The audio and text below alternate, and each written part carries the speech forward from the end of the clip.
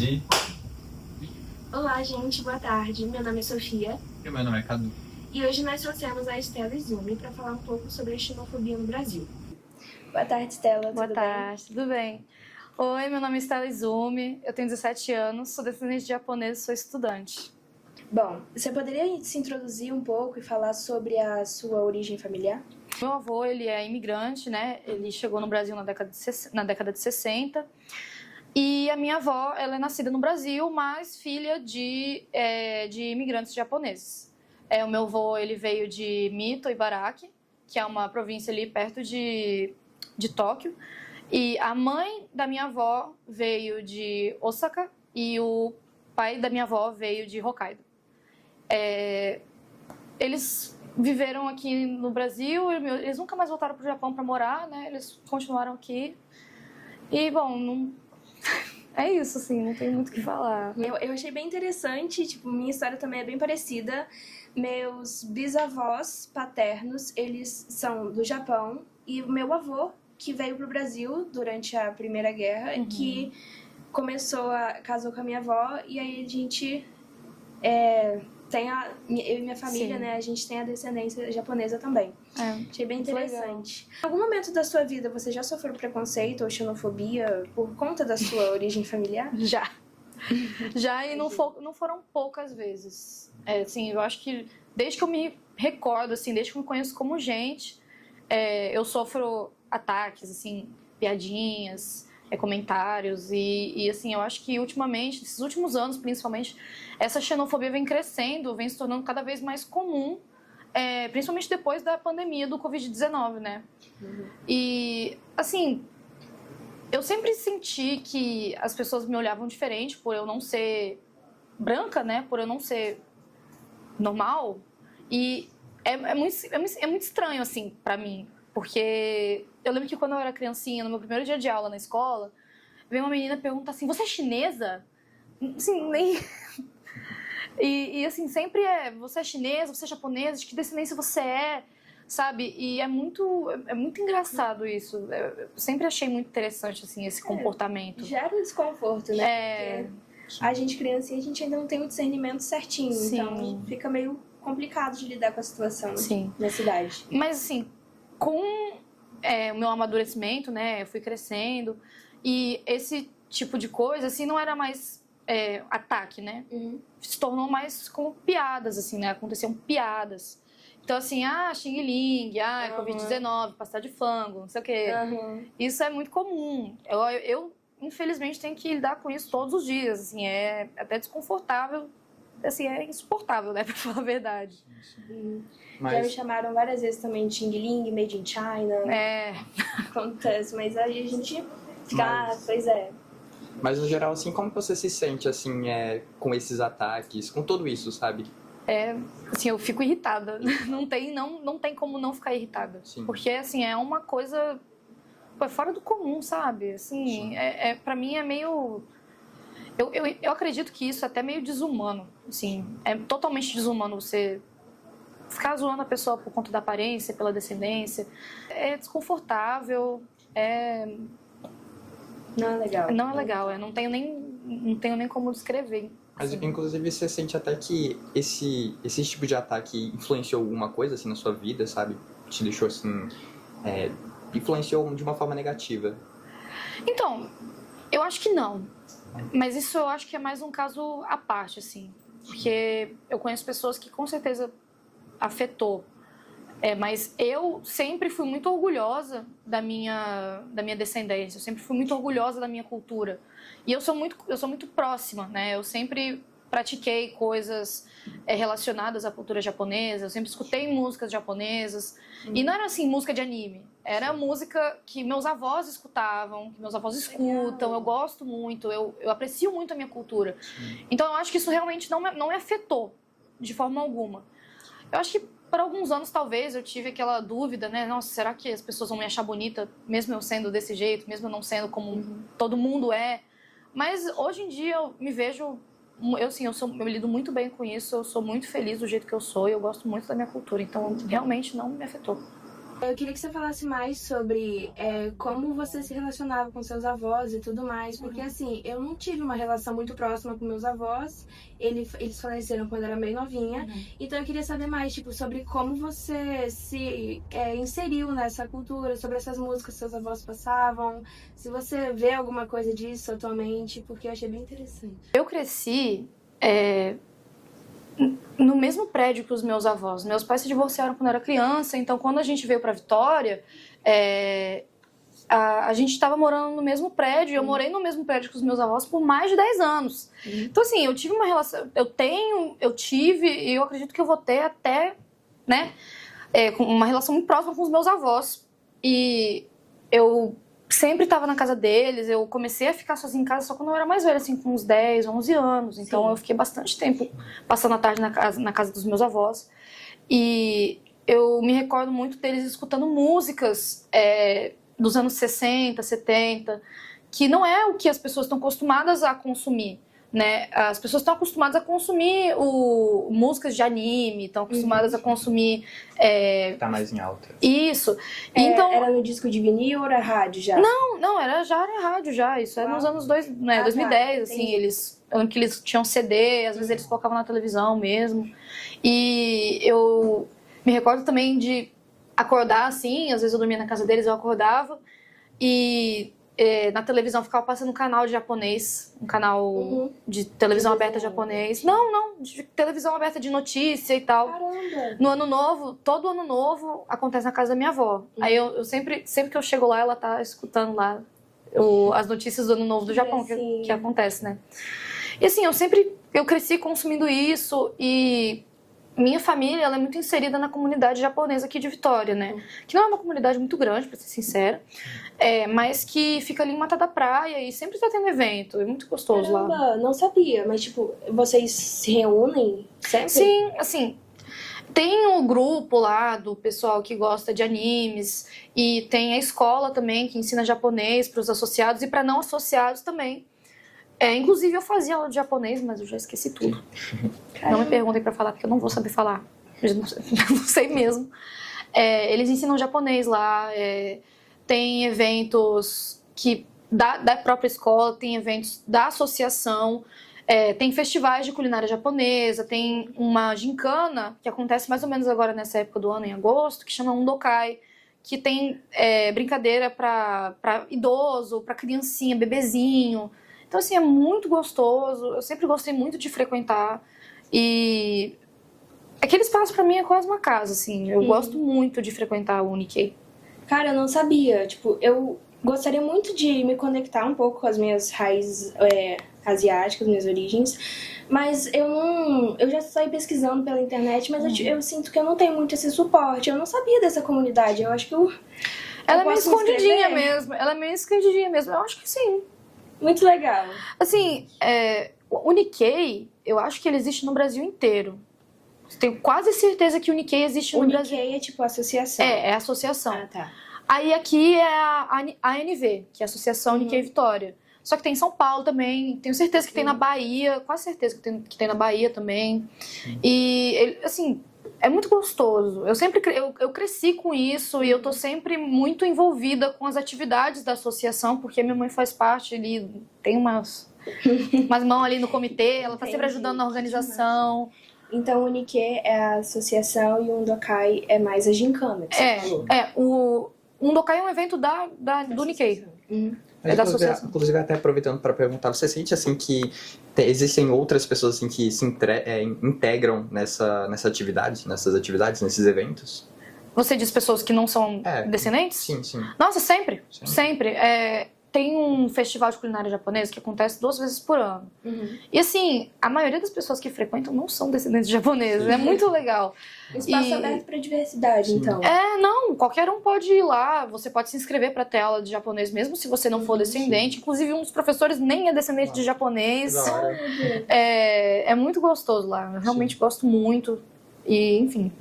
No meu caso, o que me contaram é que meu avô, ele sempre reservava um espaço na agenda dele no dia, não sei se era um horário fixo, e ele rezava uns mantras do budismo, eu acho. Aí ele ficava, tipo, umas 2 horas rezando num quartinho lá separado pra ele. Aí às vezes minha mãe e minha tia se juntavam a ele.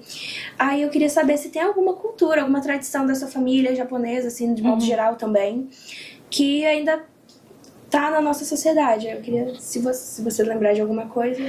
Então, é que os meus avós não são muito religiosos, né? Mas o que a gente tem lá em casa, que é parte da tradição budista, é o Butsudan, que é um armário, eu não sei explicar, mas é tipo um armarinho de madeira que você coloca foto dos seus entes queridos que já faleceram.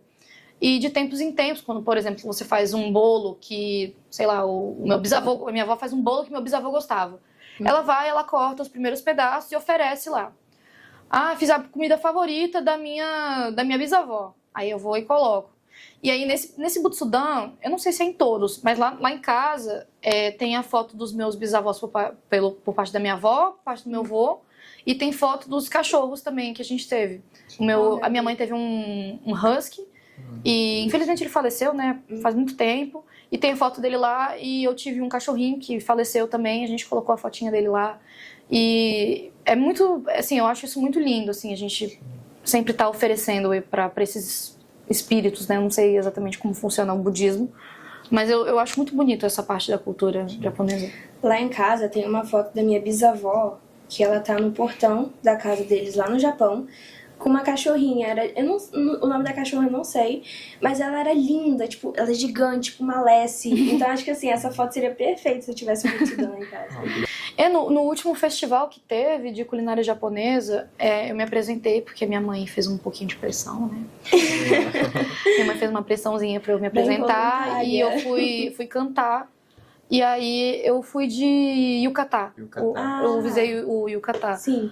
E é uma vestimenta, né? Pra quem não sabe, é uma vestimenta que usa no festival de troca da primavera pro verão. Sim. Que é diferente do kimono, inclusive. Porque o kimono ele é cheio de camadas, ele é cheio de coisa, cheio de fuleira mesmo, muita coisa. E o yukata mesmo, ele é uma camada de roupa com a faixa. Sim. Então, ele é bem tranquilo de colocar, graças a Deus. Entendi. Mas inclusive, até aproveitando pra falar, existem outros costumes, ou talvez vestimentas, assim, que são da sua cultura, que são dessa cultura, que você ainda tá presente, assim, no seu dia a dia? Não. Não? Não, infelizmente não. Não. Mas, assim, quando tem eventos, assim, um pouco mais elaborados, lá no Nikkei, eu sempre tô usando o yukata. Sim. Porque eu gosto de vestir, eu me sinto bonita nele. Sim, claro. E eu me sinto mais conectada também com as minhas origens, com as minhas raízes, e eu gosto muito desse sentimento. Fazer parte dessa comunidade também deve ajudar bastante. Sim. Né? Eu cresci com um monte de idoso japonês olhando pra cá, não sei o nome de ninguém até hoje. É tanta gente que eu não sei o nome de ninguém. É muita gente. Então, assim, por exemplo, uma coisa que acontece aqui no Brasil, eu não sei se acontece em outros países também com imigrantes japoneses, mas que é o costume de colocar um nome ocidental e um nome oriental. Então, o meu nome é Stella Izumi. Stella Izumi é um nome composto. O meu irmão chama Leonardo Itiro, minha irmã Clara Kimi. Minha mãe e meus tios também têm esse nome. E, às vezes, também existem casos onde, como, por exemplo, o nome pode ser difícil de pronunciar, os imigrantes adotaram nomes ocidentais. Sim. Né? E eu conheço vários, inclusive. Porque, principalmente, né, porque eles chegaram que tinha muito preconceito, era muita xenofobia. As pessoas não aceitavam, né? Então, eles tiveram que adotar um nome brasileiro, um nome ocidental. E muitas pessoas também, às vezes, atribuem esse segundo nome como um sobrenome, mas não é um sobrenome. Todo mundo acha que Izumi é meu sobrenome. Como a educação e o diálogo mudam essa situação de xenofobia para amenizar a xenofobia no Brasil. Então, eu acho que no fim das contas a gente acabou se perdendo um pouco, a gente nem acabou falando tanto sobre a xenofobia, né? Verdade. Mas eu acho, assim, na minha experiência e na experiência de pessoas que eu conheço, que são próximas minhas, da minha irmã, do meu irmão, da minha mãe, das minhas amigas, que é muito velado essa coisa da xenofobia contra pessoas asiáticas em específico. É muito velado, não existe, né? As pessoas falam assim, como assim xenofobia contra asiático? Como assim racismo contra asiático? Não existe isso. Mas é porque, na verdade, é muito velado, né? A gente tá sempre tratando como se fosse brincadeira, como se fosse piada, como se fosse... mas não é tão sério assim. Sendo que isso pode afetar profundamente, assim, a autoestima de uma pessoa, né? E o Brasil, sendo miscigenado como e se auto-intitula como um país não racista, um país não xenofóbico, isso acaba meio que sumindo ali no meio, né? Total. Ainda mais que não existe um certo diálogo, uma certa conversa sobre isso. E eu acho, assim, que a educação, ela é fundamental para as pessoas entenderem que, cara, nem toda brincadeira é aceitável. Porque eu cresci ouvindo pessoas me chamando de Hiroshima, de Nagasaki, de Xing Ling, de Xing Chong, disso, de aquilo, de não sei o que, de não sei o que lá. É cansativo, mas a gente tá acostumado. Não tem como a gente... Não, foi algo assim muito normalizado, né? Infelizmente foi normalizado. Infelizmente eu não vejo mais problema nisso, né? Vamos ter que desnormalizar, então. Porque, cara, é uma situação desconfortável pra quem vive. Não tem muito o que você falar. Tipo, você fica meio sem reação. Sim. E é desconfortável. Sim. Não, principalmente quando você tá conhecendo... Por exemplo, um exemplo que eu posso dar aqui, né? Que não vou falar muito, mas que é... Isso, você conhecer a família de uma pessoa querida pra você e aí a família ficar te sacaneando, a família ficar falando... Enfim, é muito cansativo. Infelizmente, estamos normalizados hoje em dia na sociedade. E eu acho que a educação ela é fundamental porque a gente precisa entender que as pessoas são diferentes. O país, principalmente o Brasil é um país tão miscigenado, é um país tão diverso, tem tantas pessoas diferentes e ainda assim isso é recorrente. E a beleza nessa diversidade. Sim. Deveria ser algo engraçado. Algo aceito, deveria ser algo mais valorizado. Sim. Porque ela falou uma coisa muito interessante, né, sobre a questão do... Não existe a xenofobia asiática no Brasil. Eu acho que até eu penso isso que, tipo, teve que... Tipo, o movimento, né, teve que andar muito pra pegar e ter essa noção de racismo com asiáticos. Sim. Na verdade, as pessoas não entenderam isso ainda. Sim. Porque, por exemplo, a minha irmã, ela tinha um movimento na faculdade, eu não sei o que aconteceu.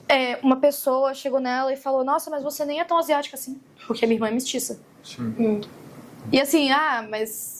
Vocês já pararam pra pensar se fosse pra outro, se fosse na outra direção, se fosse, né, com outra pessoa? Não ia ser, né, não ia ser aceitável, socialmente aceitável. É até a mesma coisa de você chegar pra alguém que é pardo e falar que ela não é preta, entendeu? É complicado. Isso que é difícil, assim, as pessoas entenderem que é velado, cara, é muito velado isso, é muito escondido, as pessoas não compreendem a gravidade dessa situação, né? Mas você não sente que hoje em dia se tem um debate assim maior sobre essa questão ou não? Eu acho que existe, principalmente pela popularização de mídias orientais. Pelo K-pop, pelo anime, enfim, eu acho que especificamente por causa da popularização dessas mídias, houve um crescimento enorme nesse debate. Assim, as pessoas começaram a se ligar falando assim, caraca, nossa, é muito problemático falar isso. Sim. E também... Mas você até mesmo não vê um certo assim, problema nessa questão assim, de crescer essa questão, mas vir vários estereotipos em tudo isso, sabe? No próprio K-pop, no próprio... Então, é isso que é complicado mesmo, porque a gente... eu não passo tanto por isso, né? Mas eu já vi pessoas já vieram atrás de mim pra falar que queriam muito ficar com meu irmão porque ele parece um idol de K-pop. Tipo um Jimin? Nossa. Assim, gente, ele não tem nada a ver com idol de K-pop, ele só é japonês.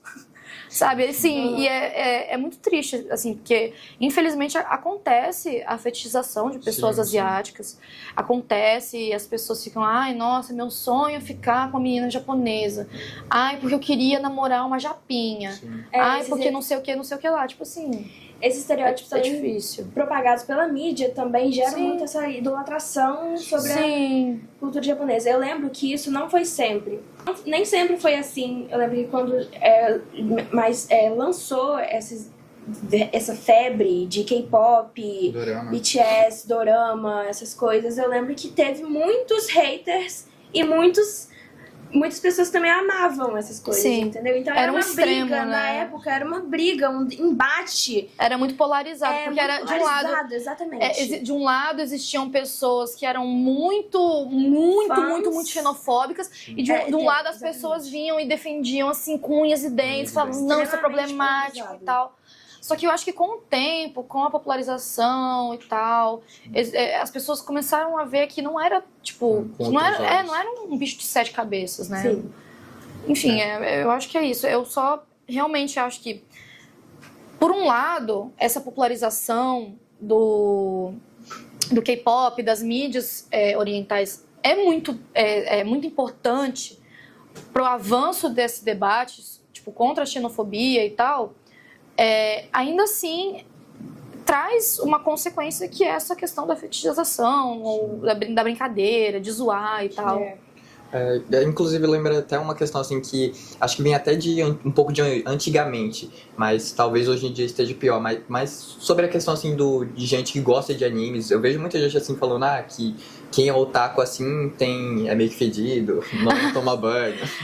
Não sei, eu não sei, é muito difícil, né? Mas eu acho que esses últimos tempos, esse estereótipo vem sendo quebrado. Vem sendo quebrado. Que bom. É isso que eu acho, assim, isso que é bom também. Sim. Isso é muito bom, essa popularização, porque também quebra esse tipo de estereótipo. Tipo, quem gosta de anime é fedido. Sim. Quem gosta de K-pop é esquisito. É muito bom que... Às vezes também puxa até pra um cunho mais sexual, né? Quem gosta de ser gay. sim, Aí, tipo, com fica certeza.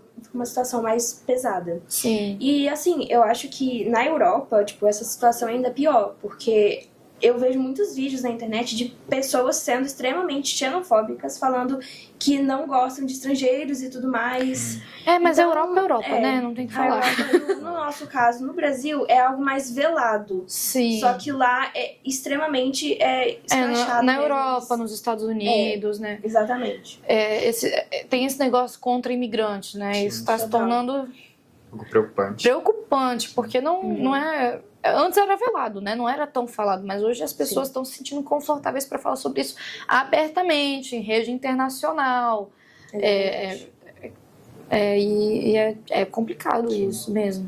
Então, muito obrigada, Estela, pela sua participação. Eu que agradeço. Foi muito importante ter você aqui falando sobre esses temas extremamente relevantes. Bastante relevante. Divulgar isso também faz parte do combate. E é isso. Nós agradecemos a sua presença e a gente trouxe um presentinho pra você. Obrigada! Um brownie da Sakura Brownies. Espero Muito que você obrigada, goste. gente. Muito obrigada.